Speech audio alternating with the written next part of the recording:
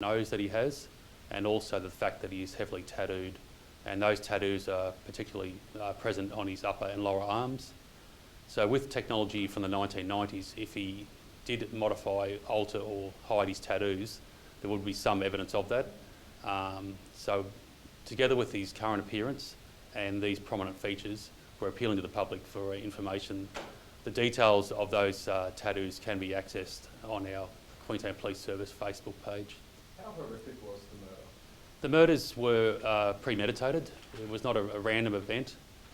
Investigations did identify the likely involvement of a third party who had a financial motive for Mr Wade to be murdered.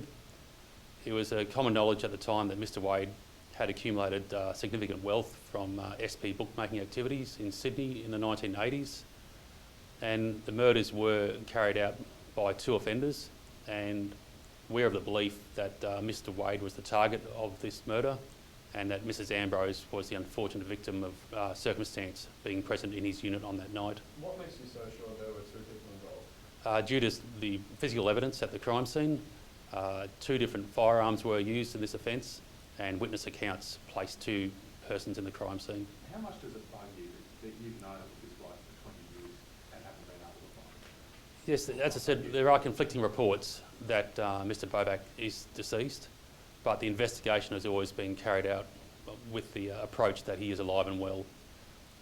If he is alive and well, I'm of the belief that he would be living in a remote, isolated location. In his known time in the 1980s, he was known to live in rural locations. He had a strong interest in motorbikes, and that is our belief that he would be established under a new false identity in a remote location. Why was Boback pinned with the South Australia's most wanted criminal? Back in the 1990s, the Queensland Police Service often utilised the most wanted list. Generally, they were a top 10. Mr Boback was a very prominent feature of those top 10 most wanted lists, and often he would feature at number 1 on those lists.